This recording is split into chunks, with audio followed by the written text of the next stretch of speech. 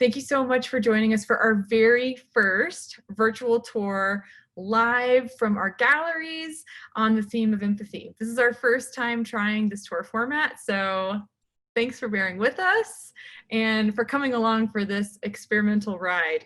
Here at the Clyfford Still Museum, over the past 3 to 4 months, we've been thinking a lot about our current crises and how we can create new connections with the art of Clyfford Still during this time. We're excited to be in conversation with you today and learn more about your perspectives on empathy. Now, I would like to hand you over to our fearless tour guide, who's up in Gallery 4 right now, CSM educator Kenda Keenan. Hi, everyone. My name is Kenda, and I'm so excited to welcome you to our first virtual tour led from the galleries. Many of you may already be quite familiar with Still's work, and others may be brand new to it. One of the really wonderful things about Still's artwork is that you don't need to know anything about Still or about art to enjoy it and to be discussing it. He leaves things so open for interpretation, and that's something we're going to come back to a lot tonight. So for tonight's tour, we're going to be taking a look at 3 paintings from our collection with an overall focus on empathy. We did an in-person version of this tour last year as part of the Biennial of the Americas, and it was a really powerful experience for everyone involved. And while the ideas in this tour are always relevant, with everything that has been going on in the world lately, it feels particularly important right now. So let's take a moment and acknowledge some of these big things that are happening right now in the world. COVID-19 has disrupted our lives in an unprecedented way. So many people are feeling confusion, uncertainty, fear, isolation, and grief. And some people have been able to slow down, enjoy their time, and reconnect with families. Alongside that, our nation is experiencing an outpouring of activism and action as the movement for Black lives continues to demand justice for the centuries of violence and oppression caused by systematic racism. The museum field itself is also confronting its relationship to systems of oppression and the ways that museums have reinforced unjust practices. Museums are not neutral. And here at the Clyfford Still Museum, we believe Black Lives Matter and stand with those fighting for justice and liberation. These big happenings and movements, along with our own personal experiences, all provide context for our conversations tonight around art and empathy. Engaging with art can help us make connections, challenge assumptions, ask questions, and dig beyond the surface. It can also be a powerful tool to understand our own experiences and identities. So what do we mean when we say empathy? The definition of empathy and how it has changed over time is really fascinating. The word didn't come about until 1908. And at the time, it actually referred to people's ability to connect with objects and art, not with other people. The concept and definition of empathy has been explored by a variety of disciplines. And today there's still a debate over the true definition of empathy and how to cultivate it. For the most part, people see empathy as your ability to understand the feelings of others by putting yourself in their shoes. When you registered for the tour, we asked you some questions. One of them was about how you define empathy. We showed some of the ideas you all had about empathy in a word cloud in our introductory slideshow. Some of the most shared words were compassion, people, other, experience, understand, ability, feelings, connect, and sharing. There were definitely more, but overall, many of your comments identified empathy as a skill or ability, as being about understanding, and about being centered on others. So that's really our starting point tonight with empathy, is coming from that place of things that we have all shared. We tend to define empathy as a thinking process rather than as a doing process, which has led to some critique. We think about empathy as an understanding, which some critics claim doesn't move us to action. We'd like to push you to consider empathy as existing along a spectrum or as a journey. That in this ideal state results in action, not just thought. And there really isn't an endpoint to that. So based on what we've been reading at the museum, we've seen that empathy exists on a spectrum from cruelty all the way through to radical compassion. And we can be thinking about this spectrum or journey throughout our program tonight. So now that we have some shared definitions and a sense of what we're talking about tonight, let's look at some artwork. The first painting I want to spend some time with tonight is this one that I'm next to right now. This is PH 77, painted in 1936. We're going to spend just about a minute looking at it, and we'll put a link in the chat so that you can see this painting on our online collection, which will let you zoom in and really see more details like texture. So as you start to look, please start to share in the chat about what you're noticing. And I will be looking at the chat as we go on my phone, because it's really your interactions tonight, your thoughts, your feelings, the questions you're going to ask, the ideas you're going to share. That's what's really going to make tonight's tour a really unique shared experience. So I hope you all will share the things that you're thinking about and wondering about on our chat. I also, as you're taking this first minute to look, want to mention a little something about titles. I mentioned before about how open to interpretation this work is, because Still felt really strongly that each of us should get to form our own conclusions, our own interpretations about his work. So he didn't title it because he didn't want even his own ideas to define what you all might think of his paintings. So what are we noticing? You might start to notice things about the figures, maybe the elongated arms, maybe how big the hands are. Yes, people are starting to notice how long those arms are, how that they're doing work, that the man behind might be looking at the man in front. Oh, they seemed burdened. So we're already starting to think about this idea of what these figures might be feeling. Maybe it's the hunched over position that gives us this sense of a burden. Yes, they're bent over, and we can't really see these faces. We're starting to notice how kind of sort of washed out and blank they are. It makes them almost like they're not individuals. They could kind of be anybody. What else are we noticing? Back-breaking work. Yeah, their arms melding into the harvest. That's actually one of my favorite details about this painting that took me a really long time to notice, this idea of how they sort of meld into the work or even to the landscape. If you look at the yellow of the shirt kind of coming down around the arm, it literally becomes part of our background. And this is a painting that if you've been to the museum or in any of our other programs, if you remember, you may be fairly familiar with this one. One of the things that I find really interesting is that no matter how many times I see this one, because it's one I talk about when I give tours a lot, every group that I look at it with, I always find a new perspective, a new detail, something I've never noticed before. Even though at first glance, it might seem like a painting where we kind of get the story already, where we might feel like we know what's going on already.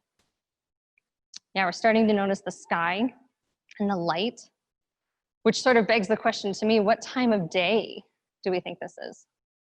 Sunrise, sunset, something else entirely? But for some of us, it's feeling ominous. Maybe that darkness is coming down on our figures. They're connected to the land. Yes, this feeling of hardship.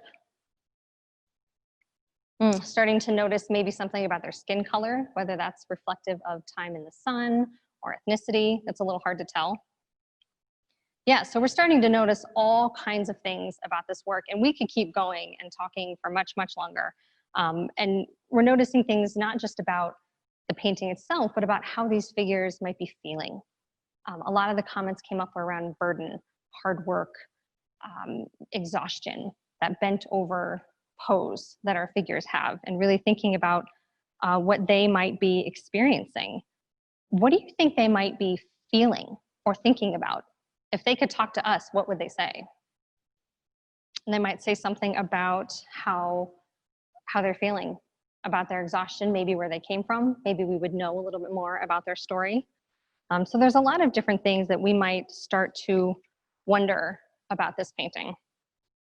So we don't know or have anything to really suggest that these figures are or were based on real people. So we've just been going off on what we could see in the painting, in this image, and maybe what we know about the time period. I mentioned it was in the mid-30s. We might have some historical context to work off of as well.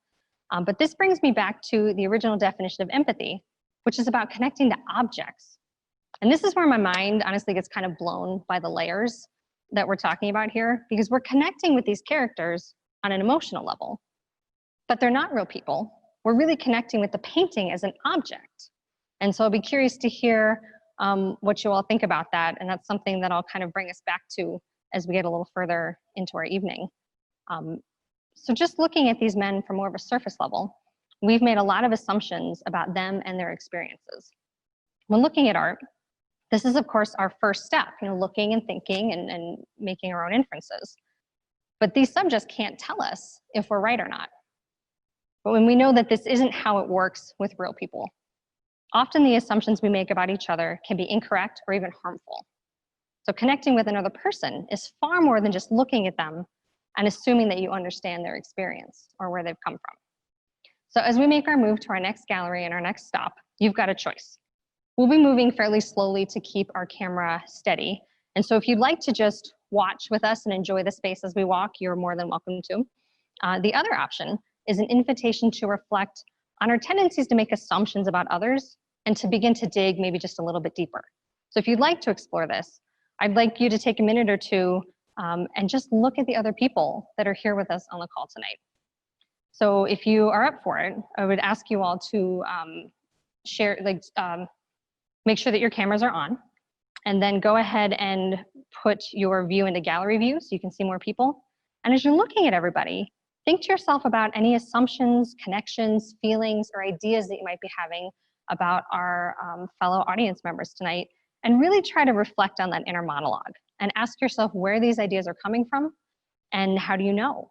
So while you do this, we'll head to our next stop.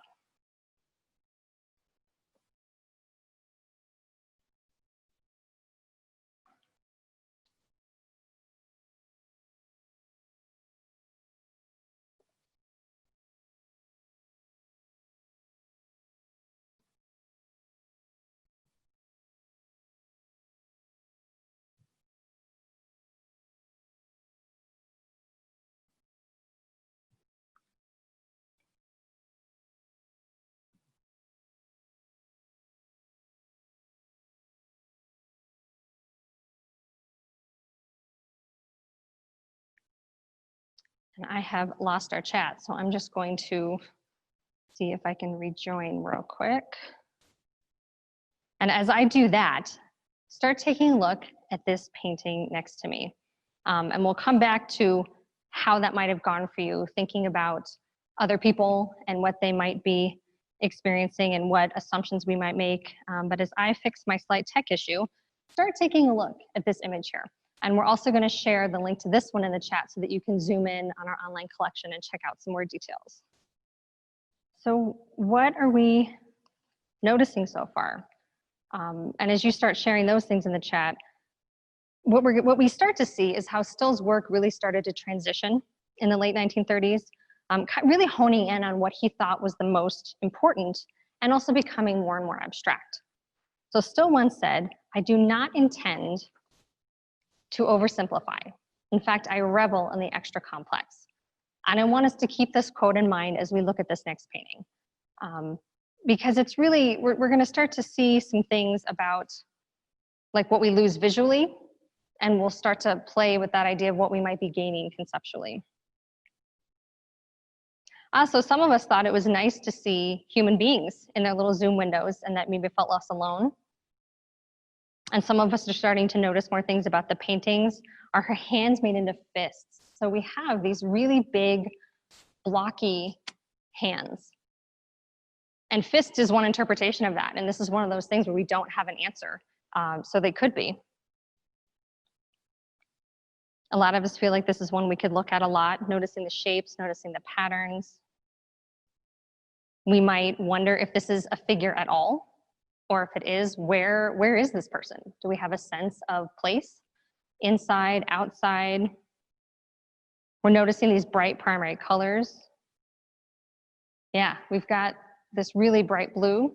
We see the curve of the knee and the body, arms coming out, a shoe, and then this little head maybe kind of popping up there.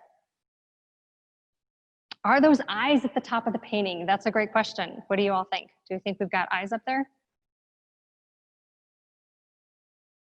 I tend to sort of think of them that way, but that doesn't mean it's the only way to look at this painting.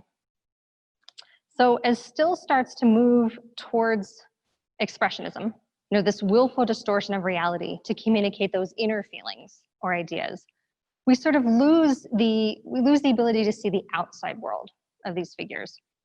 And while the visual nature of this image has been simplified, I would say that the subject matter has actually become more complex, because now we have so many more questions about what's going on and what this figure may be experiencing or thinking. So when you shared your own definitions of empathy, you also shared some of your fears and your hopes. We compiled them into an anonymous list, and we'll share that in the chat with you so you can see how the group has answered. And I want to think about these concepts of fear and hope. But before I dive into that, we've got some questions about, what's the green splotch? Is that a precursor of things to come? And it is something that we start to see in a lot of Still's work, is these little blips or blotches of color all over the canvas. And so, yeah, that might just be a stylistic choice that he's going to start making more and more. And it's definitely something that stands out in this image. A question about materials. Pretty much everything we're looking at is oil on canvas, and that's most of what we're going to have. And how do we place ourselves in their shoes? So if we can be thinking about the painting that we just looked at and this one, and how do we do that? How do we think of ourselves in place of this figure? What do we start to wonder about? What might we start to feel? And I want to come back to these hopes and these fears that you all shared, because we're noticing all kinds of things and wondering different things about this painting, and we're all coming at it from kind of our own individual perspectives. But what if we all take the lens of fear and then look at this painting together? Does that change what we notice or what we think about? So take another look at the painting, thinking from the perspective of fear this time. And what do we see now? And is that something that feels like a challenge to think about the painting just from this one emotional perspective, or something that's interesting and that we feel like we can do? Fight or flight, maybe backed into a corner. We do have a little bit of a line coming down that might indicate the corner of a room, and maybe this figure is sitting back in that corner. Some of us, even thinking of fear, don't see fear. Maybe see more like nonchalance. The motion of something slipping away, falling down. Oh, maybe a fighter. Maybe this figure has a dagger under their arm. The red line has become dangerous. That's an interesting thought, because I always have a lot of questions over what this line is and what its purpose is. So the idea that it could be dangerous is a really interesting thing to think about. Maybe giving up or overwhelmed. So let's switch gears for a minute and go back to hope. What happens when we look at this painting now with the lens of hope? What do we see? Rest. Colors have different meanings. So maybe colors that had certain ideas for us when we were thinking of fear have entirely different meanings when we're thinking about hope. The green spot becomes more important. Maybe the red bar is now something supportive instead of fearful. The idea of rising, a resignation of fate. So we get an entirely different perspective when we choose a lens to look through. And this is something that I find really interesting, because intention and perspective can have such an effect on how we respond to an individual work of art. And I wonder how that might translate beyond art to our interpretations and reactions to people. So as we move to our final stop, that's the thing that I want you to start thinking about, or you can just, of course, enjoy the walk with us. And please feel free to start sharing those ideas in the chat.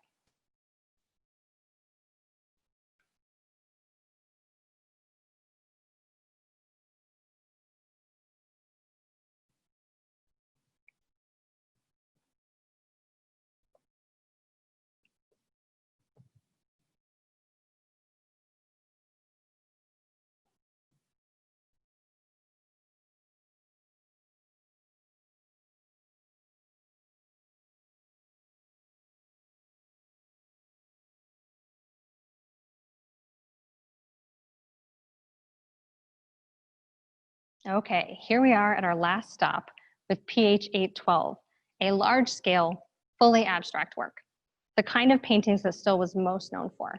We will, of course, also drop this one in the chat so that you can all take a closer look at it. As we've been sitting with this idea of empathy and how engaging with art can help us dig deeper into our emotions and our own identities. I really just want to know what you're thinking about now at this point as we look at this painting. Do those things come up? Do you start thinking about different things? What are we noticing?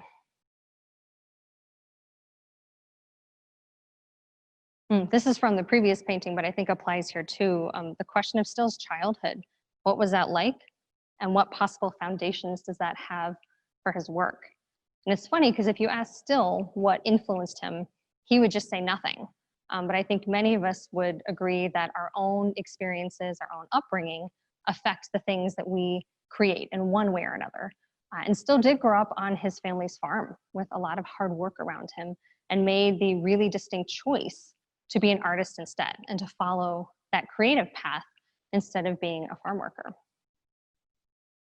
So we're noticing the mirroring of black and orange in that upper right corner there, seeing how the colors relate to each other.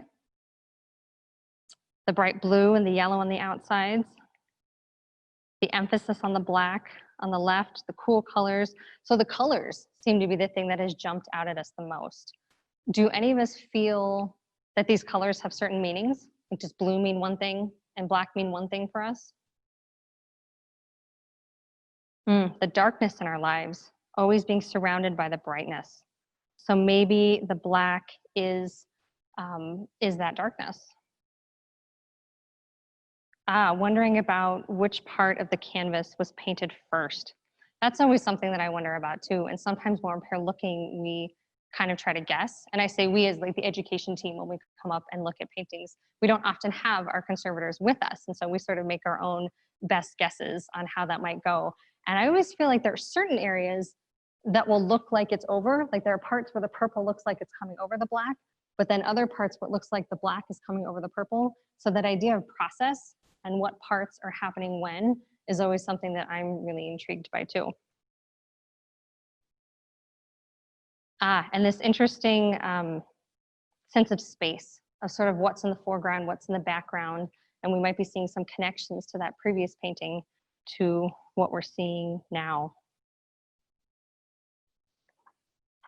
What else are we thinking about or feeling as we look at this one?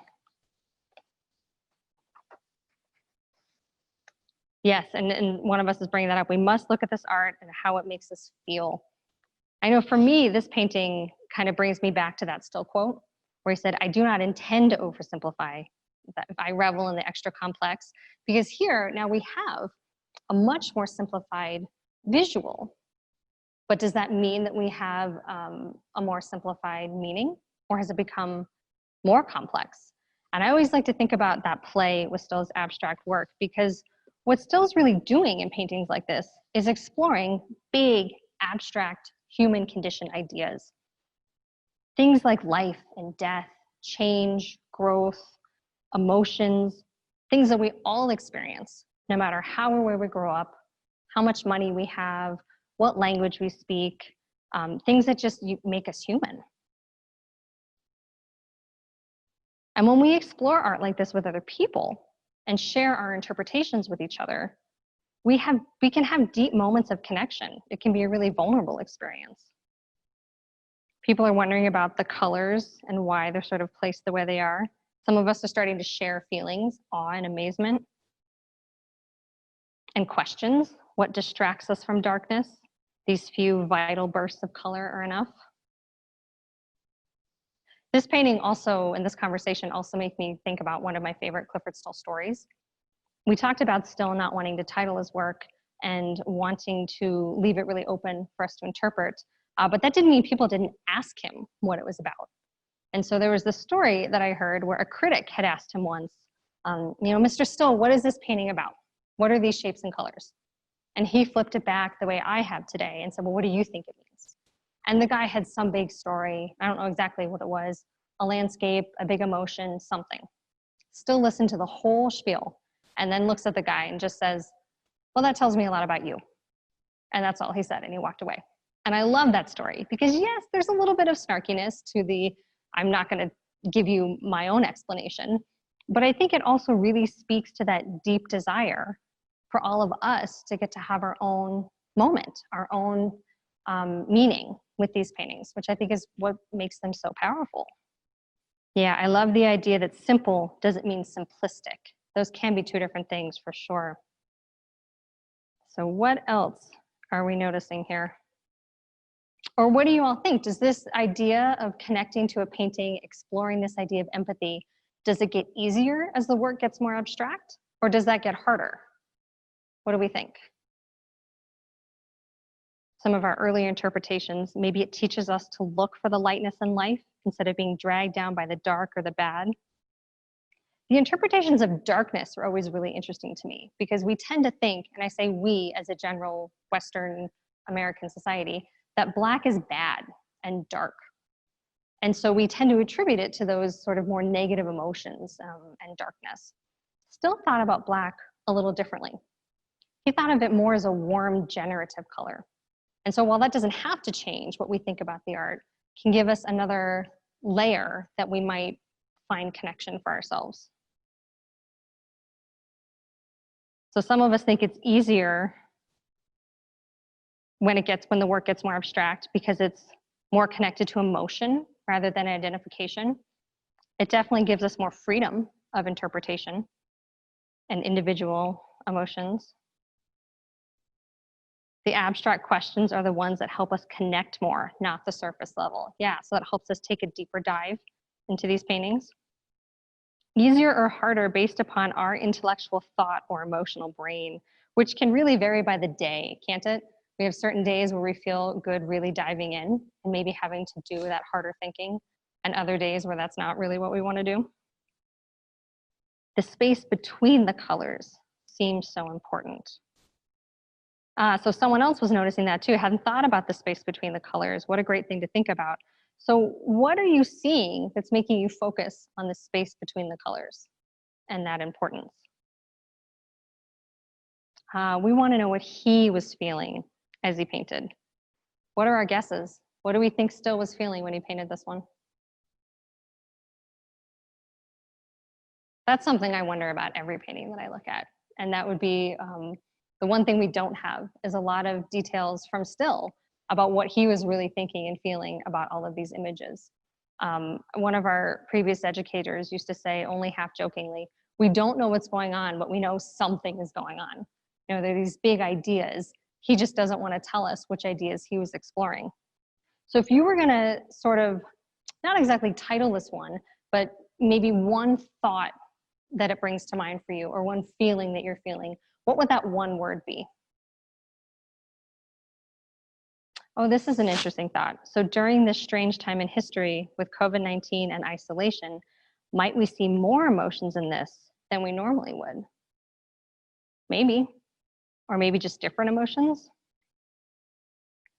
Some of us are seeing hope. Tell me what you're seeing that makes you say hope. We have questions about what is behind the black. Is the black a screen to something? Feelings of boldness. We're still noticing some things about the colors, and I'm curious about what about the colors is jumping out at you all. Is it because you feel like they individually have a certain meaning, or because we don't have those more representational images, we don't have figures?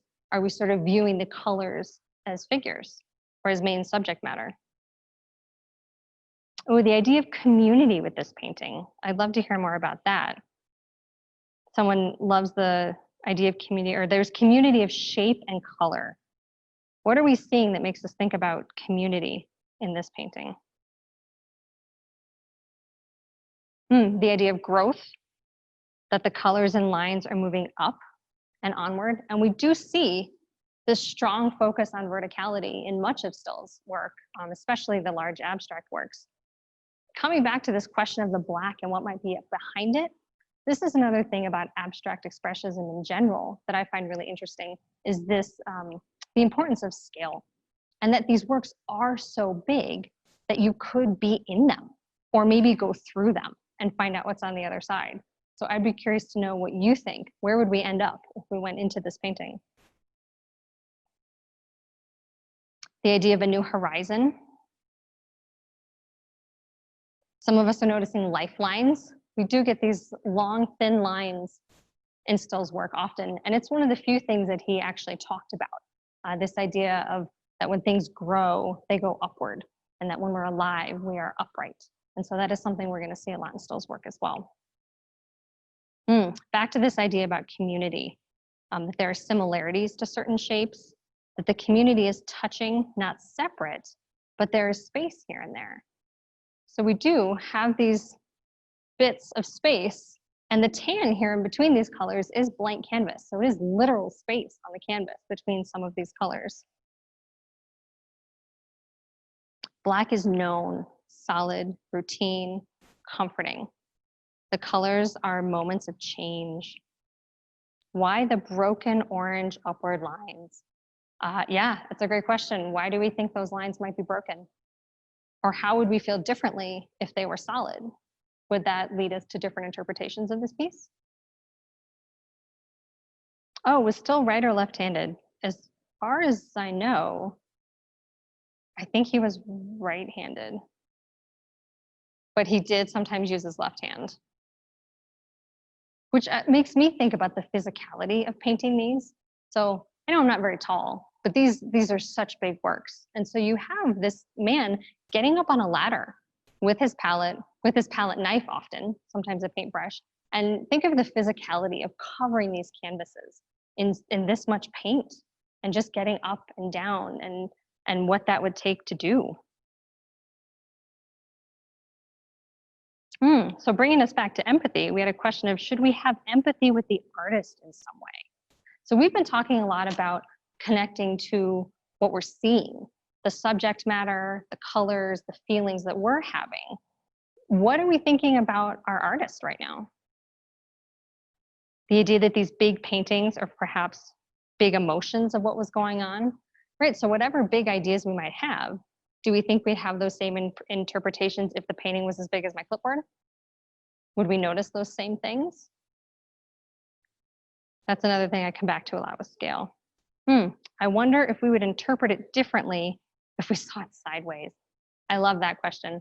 And that's one thing that I have a lot of people, you can sort of look at it that way when you come in the gallery. Lots of people come in and just turn their head sideways and try to see what it is, like how that might look a little differently. And or people actually come in and had kids come in and just lay down and look up at it. So when you turn it, how does that change your own interpretation of the painting? So if it's sideways, some of us, it almost becomes a landscape. So we might have these stronger lines. Oh, and then which way? Are we turning it so the yellow is up? Or are we turning it so the blue and the purple are up? Does that change how we look at it? I think the idea of a landscape is something that a lot of people start to see in some of these images, or at least some connection to the natural world and nature in general. So a progression from his blues to darker depression to his fight out to hopefulness. So we might have this journey that we can trace right across the painting, relating to his own experiences and feelings, with the colors representing each section, each stage of that journey. So for some of us, it seems less abstract if we turn it sideways. We get sort of more of a distinct visual. I've been seeing his work as a bird's eye view lately, and it's interesting to think of it as canyon or fields. So it's a whole nother perspective to take. What if we're above looking down on this scene? What do those shapes become then? The painting is atmosphere, it's not a flat drawing. The painting travels from darkness to light. Yeah, so a lot of us are seeing sort of this journey, this progression, and relating it to life events. So we're starting to think about empathy a little bit differently. We've got empathy for our artist. We've been thinking about this connection to the subject matter itself, thinking about the sharing that we can do and what kind of connection that might bring between people. So with our last few minutes, I'd like to explore more about what we're thinking about empathy after this past half hour together. The definition, the importance of it, empathy as an emotional understanding versus an action, And I'd love to hear more about what you're all thinking about empathy. And one way that you might answer that would be in the format of first I thought, now I think. So if you had ideas when you first joined us tonight on anything that we've talked about, tell me what you were first thinking and tell me what you're thinking now. I'm really curious to see if any of us have had a shift in our thinking tonight.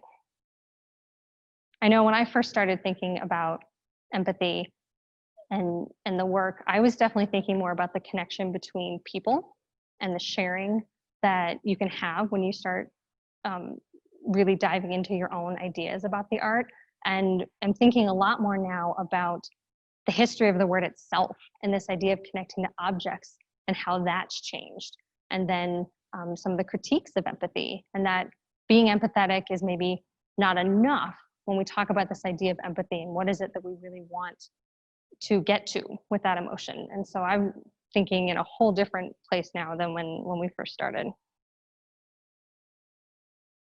I never thought of what the artist's feelings were, only mine when looking at a works of art.